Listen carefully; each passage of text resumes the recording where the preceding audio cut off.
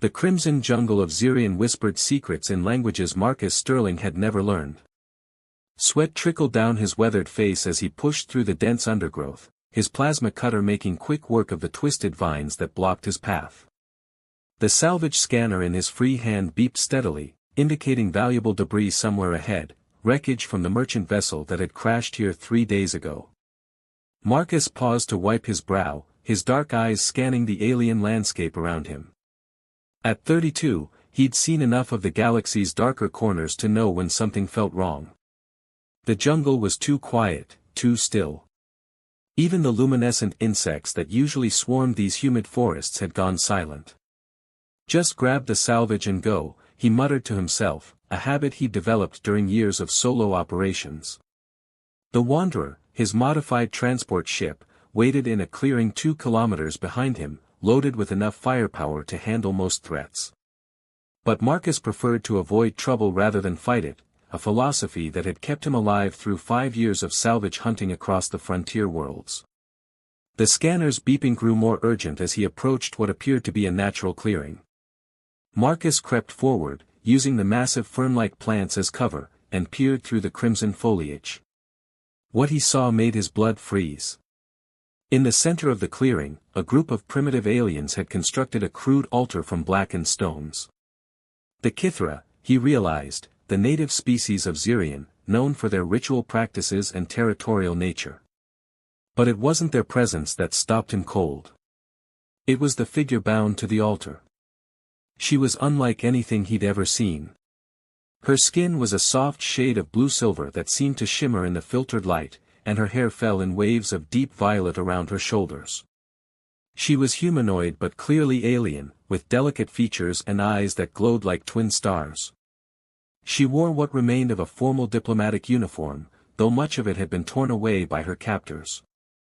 The Kithra chanted in their clicking language as one of them raised a jagged ceremonial blade. The bound woman's eyes widened in terror, and Marcus saw her mouth form words in a language he didn't recognize, a prayer, perhaps, or a final farewell. Marcus should have walked away. This wasn't his problem, wasn't his world, wasn't his fight. He was a salvage hunter, not a hero. But as he watched the blade descend toward the helpless woman, something deep inside him rebelled against the injustice of it all. "Damn it," he whispered, reaching for the medical pack strapped to his back. The Kithra were primitive, but they weren't stupid. They'd encountered off-worlders before, had learned the value of certain technologies. Medical supplies, especially the broad-spectrum antibiotics and nanovaccines Marcus carried, were worth their weight in rare metals on frontier worlds. Marcus stepped boldly into the clearing, his hands raised but his plasma cutter visible at his hip. The Kithra immediately stopped their chanting, turning to face this new arrival with suspicious clicks and hisses. Their leader, distinguishable by the elaborate bone ornaments adorning his arms, stepped forward with the ceremonial blade still clutched in his clawed hand. "Easy there," Marcus said, keeping his voice calm and steady. He pointed to the medical pack, then to the bound woman, then made exaggerated trading gestures with his hands. "Medicine. Powerful medicine. For her." The leader cocked his head, his 4 eyes blinking in sequence as he processed this unexpected development.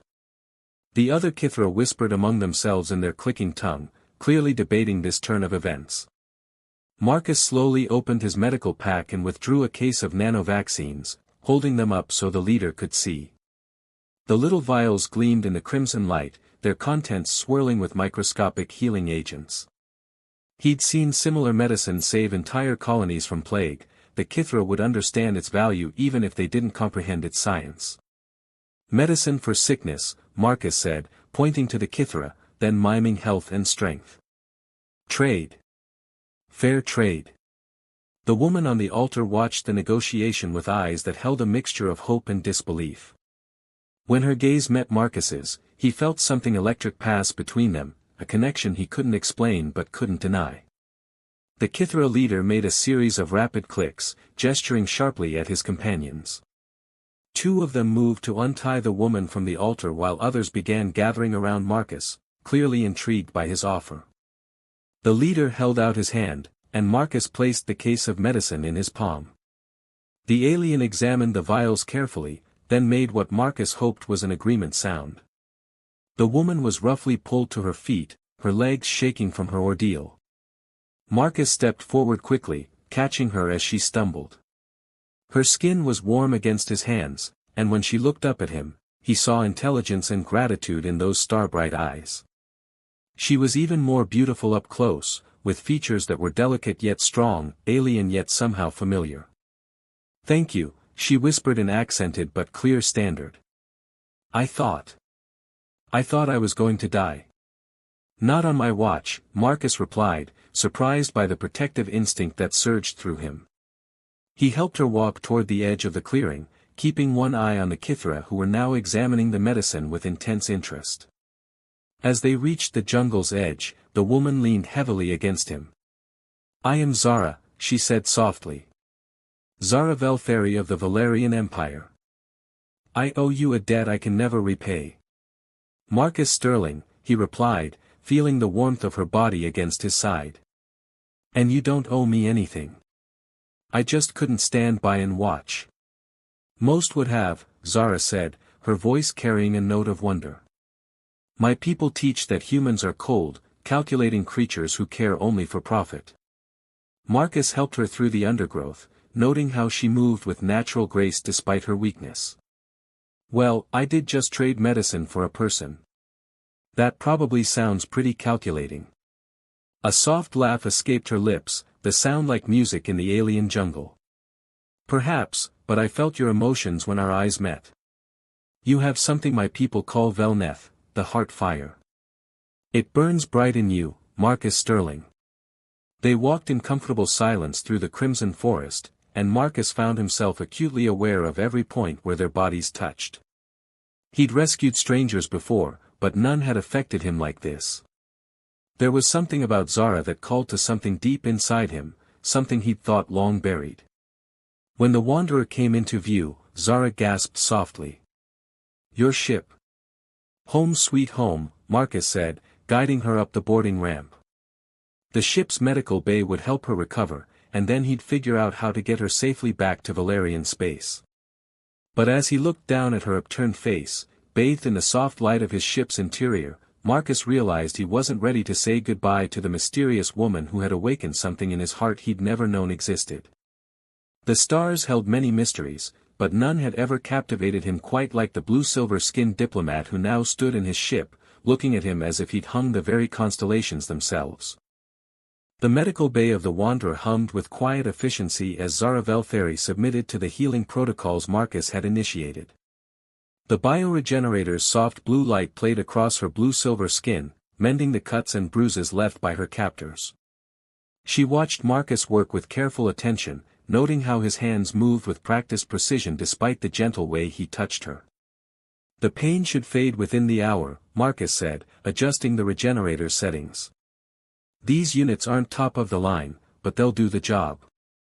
Zara studied his face as he worked, seeing the concentration in his dark eyes, the subtle tension in his jaw that spoke of controlled emotions. During her diplomatic training, she'd learned to read micro-expressions across dozens of species, but humans remained somewhat of a mystery to her people. Marcus, however, seemed like an open book compared to the few humans she'd encountered in formal negotiations. "You're staring," he said without looking up, though she caught the hint of a smile at the corners of his mouth. "I'm observing," Zara corrected, feeling warmth creep up her neck. "It's a diplomatic habit. Though I must admit, you're quite different from what I expected of humans." Marcus finally met her gaze, and she felt that same electric connection from the jungle clearing. "What did you expect? Someone colder? More calculating?" Zara's voice softened as the regenerator completed its cycle.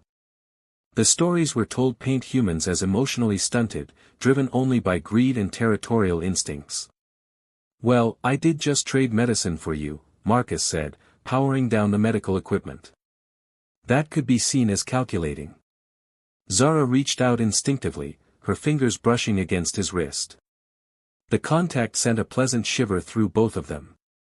"No," she said firmly. "I felt your heart when you saw me on that altar.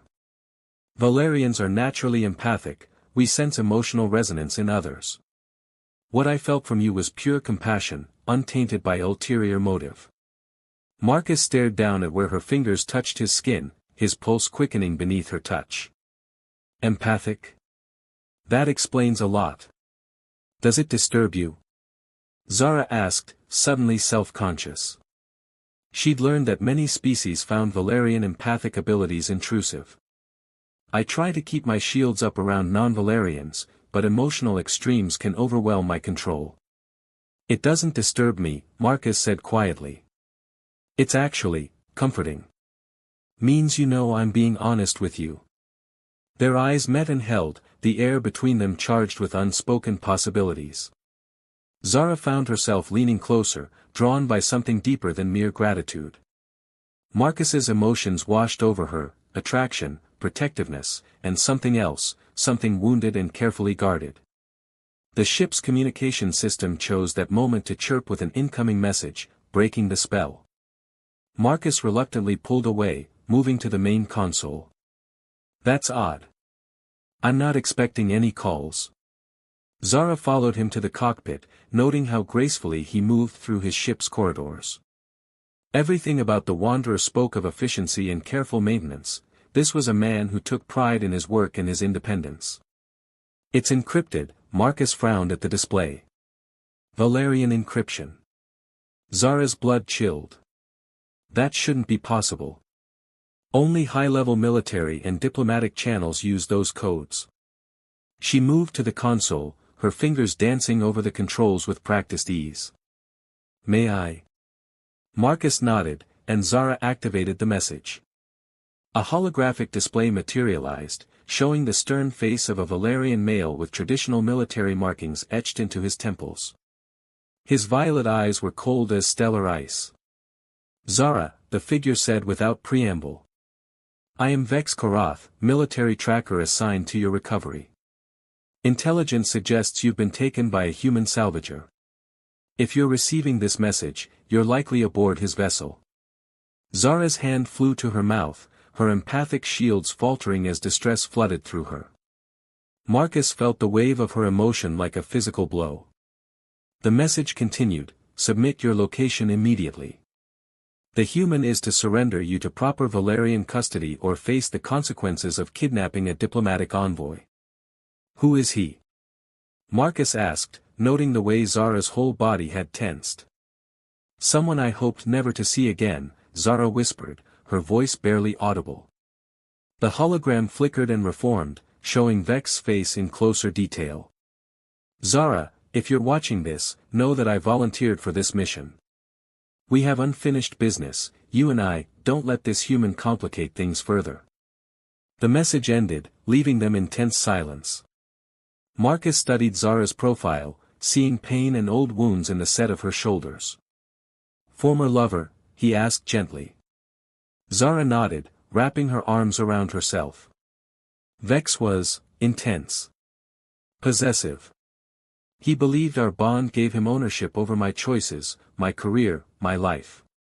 When I received the diplomatic assignment to the outer systems, he demanded I refuse it. When I didn't. She trailed off, the memory clearly painful. He hurt you, Marcus said, and it wasn't a question. Not physically. But emotionally, yes. He used our empathic connection against me, projecting his anger and jealousy until I couldn't distinguish his feelings from my own. Zara turned to face Marcus, her star-bright eyes glistening. I broke the bond and requested reassignment to get away from him. Marcus felt a surge of protective anger that surprised him with its intensity. And now he's hunting you. Hunting us, Zara corrected. He won't see you as my rescuer, Marcus. To him, you're a threat, a rival. Vex doesn't think in terms of gratitude or coincidence, only possession and competition. Marcus moved to the navigation console, his jaw set with determination. Then we'd better make sure he doesn't find us. How long before he can track us? Valerian ships are fast, but this sector is huge. If we can reach neutral space. Zara moved beside him, her shoulder brushing against his arm. There's a free port called Epsilon Prime, 3 days from here. It's outside both human and Valerian jurisdiction. Epsilon Prime it is, Marcus said, inputting the coordinates. As the Wanderer's engines powered up, he glanced at Zara. Are you sure about this? Running from your own people won't be easy. Zara stepped closer, close enough that he could smell the subtle spice of her scent, could see the flecks of silver in her violet eyes. My mission to Zirian wasn't supposed to take me near Kithra territory. Someone altered my flight plan, sabotaged my escort. I was meant to die on that altar, Marcus. Someone in your own government. The isolationist faction. They oppose any diplomatic contact with humans or other species. Zara's hand found his, their fingers intertwining naturally. They see people like me as race traitors, contaminating Valerian purity with alien influence. Marcus squeezed her hand gently. And now you're literally consorting with the enemy. A soft laugh escaped her lips, the first genuine joy he'd heard from her. If you're the enemy, Marcus Sterling, then perhaps I've been fighting for the wrong side. As the Wanderer entered hyperspace, they stood together in the cockpit, hands joined, watching the stars streak past. Zara leaned against Marcus's shoulder, feeling safer than she had in months. His emotions were clean and honest, attraction, protectiveness, and a growing affection that made her heart race. Marcus, she said softly, what I felt from you in the jungle, what I feel now, it's not just gratitude or proximity. There's something deeper happening between us. He turned to look down at her, his free hand reaching up to brush a strand of violet hair from her face. I know. I felt it too, even without empathic abilities. You're not just some alien diplomat I rescued, Zara. You're. He paused, searching for words. What am I? She whispered, her heart hammering against her ribs. You're the reason I'm finally understanding what it means to want to protect something more than my own skin, Marcus said, his voice rough with emotion. Zara felt tears prick her eyes, overwhelmed by the sincerity of his feelings washing over her empathic senses. In 3 days, they would reach Epsilon Prime and face whatever consequences awaited them. But for now, in the safety of hyperspace, she allowed herself to imagine a future where species barriers didn't matter, where hearts could connect across the vast distances between worlds. The stars called to them both, but for the first time in her life, Zara wasn't looking toward the horizon. She was looking at the man beside her, wondering if love could truly bridge the gap between their peoples, or if trying would destroy them both. Epsilon Prime sprawled across the asteroid like a metallic tumor, its docking bays and commercial sectors carved directly into the rock. The neutral trading station buzzed with activity as ships from a dozen different species came and went, their pilots seeking the kind of deals that couldn't be made in regulated space. Vex Koroth stood at the observation deck of his sleek Valerian interceptor, the Shadowhawk, watching the Wanderer dock 3 levels below. His violet eyes tracked every movement as Marcus Sterling helped Zara from the ship. Even at this distance, Vex could see the way the human's hand lingered at the small of her back, the protective way he positioned himself between her and the crowded docking bay. Rage simmered beneath Vex's controlled exterior, his empathic senses picking up the emotional resonance between the two figures below. Target acquired, he murmured into his comm unit. Beginning approach. Vex had been tracking them for 2 days, his military-grade ship easily matching the Wanderer's speed through hyperspace. He'd arrived at Epsilon Prime 6 hours ago, plenty of time to study the station's layout and identify potential complications. The human had chosen his sanctuary well, the station's neutral status meant Vex couldn't simply storm aboard with weapons blazing. He would have to be more subtle. The memory of Zara's rejection still burned in his chest like acid. 3 years ago, when she'd broken their empathic bond and requested reassignment, she'd torn something fundamental from his soul. Valerians mated for life, formed connections that transcended mere physical attraction. To have that bond severed deliberately was a wound that never healed. Now she'd allowed herself to be rescued by a human, was traveling with him, trusting him. The emotional echoes Vex had sensed during his pursuit told a story that made his jaw clench with barely contained fury. Zara was falling in love with her rescuer. Vex adjusted his formal military uniform and made his way through the station's winding corridors. He'd changed since Zara had known him. 3 years of tactical assignments had hardened his features, added scars to his temple markings. He'd become the perfect weapon for the Valerian Empire, emotionally controlled and ruthlessly efficient. Everything Zara had feared he would become. He found them in the station's central marketplace, Zara examining a display of exotic fabrics while Marcus negotiated for supplies with a Rigelian trader. Vex studied the human with professional interest. Sterling was larger than most humans, with the kind of weathered handsomeness that came from years in space.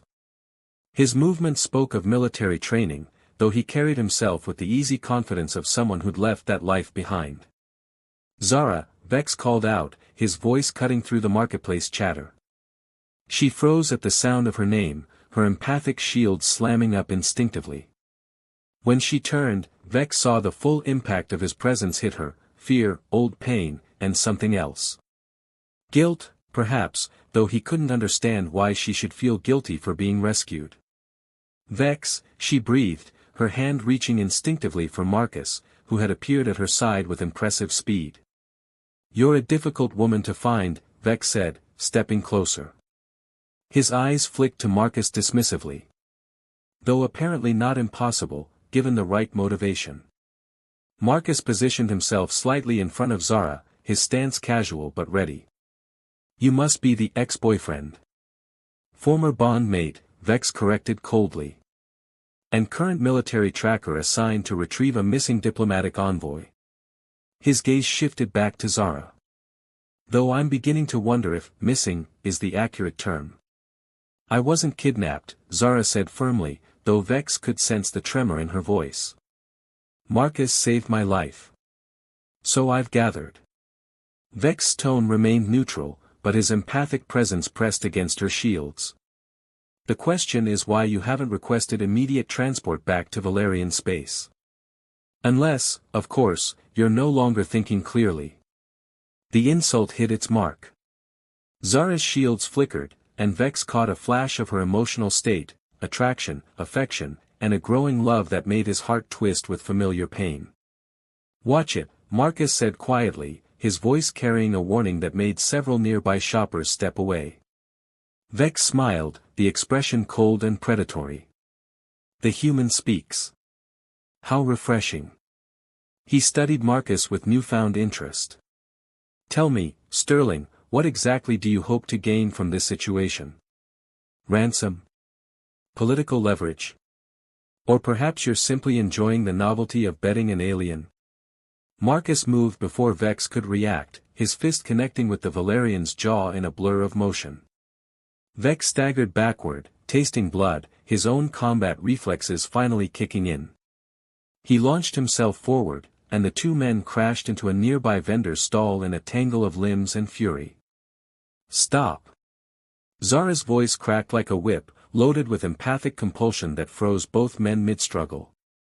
"Not here. Not like this." They separated slowly, both breathing hard, both sporting fresh bruises. The marketplace had gone silent, alien faces turned toward the drama with a mixture of curiosity and concern. "We need to talk," Zara said, her voice steady despite the chaos of emotions Vex could sense beneath her shields. "All of us. Privately." 30 minutes later, they sat in an anonymous cantina in the station's lower levels, tension crackling between them like static electricity. Vex nursed a split lip while Marcus held a cold compress to his knuckles. Zara sat between them, though Vex noted she positioned herself closer to the human. "The mission to Zirion was sabotaged," Zara said without preamble. "Someone in the diplomatic corps altered my flight plan, sent me directly into Kithra territory." Vex's professional instincts overrode his personal feelings. "Evidence?" "The navigation logs were wiped, but the timing is too convenient. The isolationist faction has been pushing for my removal ever since I advocated for expanded human relations." "So you think they tried to have you killed?" Vex leaned back, processing this information. It fit with intelligence reports he'd seen about growing factional disputes within the diplomatic corps.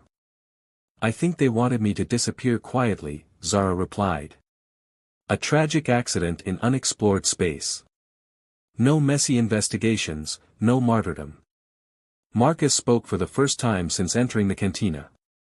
Which means going back to Valerian space isn't exactly safe for her. Vex's eyes narrowed as he studied the human. And staying with you is? I'm not asking her to stay with me, Marcus said quietly. I'm asking what's best for her safety. The honesty in the human's voice caught Vex off guard. He'd expected possessiveness, territoriality, emotions he understood and could fight against. This selfless concern was something else entirely. There is another option, Vex said slowly, hating himself for the words even as he spoke them. My ship is fast enough to reach the outer colonies. There are Valerian settlements there, independent enough to offer protection but still loyal to the Empire. Zara looked between the two men, her empathic senses overwhelmed by the complex web of emotions surrounding her. From Vex, she felt pain, jealousy, and a desperate love that had curdled into obsession. From Marcus, she sensed something far more dangerous, a pure, selfless affection that asked nothing in return. And what would you require in exchange? She asked Vex carefully. Vex was quiet for a long moment, staring into his drink. When he spoke, his voice was barely above a whisper. A chance to understand. To know why what we had wasn't enough. The vulnerability in his words hit Zara like a physical blow. This was the Vex she'd fallen in love with years ago, before ambition and possessiveness had poisoned their bond. Vex, she said gently, what we had was beautiful, but it was also suffocating. You wanted to own my choices, control my career. Love isn't about possession. And what is it about? Vex asked, his eyes flicking to Marcus. Adventure. Novelty. The thrill of the forbidden. Zara reached across the table, covering Marcus's hand with hers. The gesture was simple, but Vex felt its impact like a knife to the chest. It's about finding someone who makes you want to be better, she said simply. Someone who sees your potential and encourages it, rather than trying to contain it. Marcus squeezed her hand gently, his emotions washing over her empathic senses like warm sunlight. No demands, no expectations, just acceptance and a quiet hope for whatever future they might build together. Vex closed his eyes, feeling the last of his illusions shatter. When he opened them again, something fundamental had changed in his expression. The colonies then, he said quietly. New Valyria is 3 days from here. They have a small diplomatic outpost, enough to offer official protection while we investigate the conspiracy. We? Marcus asked. Vex met his gaze steadily. Someone tried to murder a Valerian diplomat. That makes it my concern, regardless of personal feelings. He paused, then added with visible effort, besides, you've proven you can protect her. That matters more than my pride. Zara felt tears prick her eyes at the pain and nobility in Vex's emotional signature. Thank you, she whispered. Don't thank me yet, Vex replied, standing from the table. We still have to get there alive. And something tells me the people who wanted you dead won't give up easily. As they prepared for the next leg of their journey, Zara found herself caught between two men who loved her in completely different ways. Vex's love was a blazing star, brilliant, consuming, and ultimately destructive. Marcus's love was like a steady sun, warm, life-giving, and constant. The choice should have been easy, but as they walked through Epsilon Prime's corridors toward an uncertain future, Zara realized that sometimes the heart's decisions were more complicated than simple preference. She was about to discover that love, like space itself, was vast enough to hold more than one truth at a time. The end. Thank you for reading Hearts Across the Stars, a tale of love, sacrifice, and the bonds that connect us across the vast distances between worlds. In this universe where species barriers seem insurmountable, our characters discovered that the heart recognizes no boundaries, and that sometimes the greatest courage lies not in fighting, but in choosing to trust, forgive, and love despite the odds. Their journey ends here, but in our imagination, Marcus, Zara, and even Vex continue toward New Valyria, where new adventures and deeper understanding await among the stars.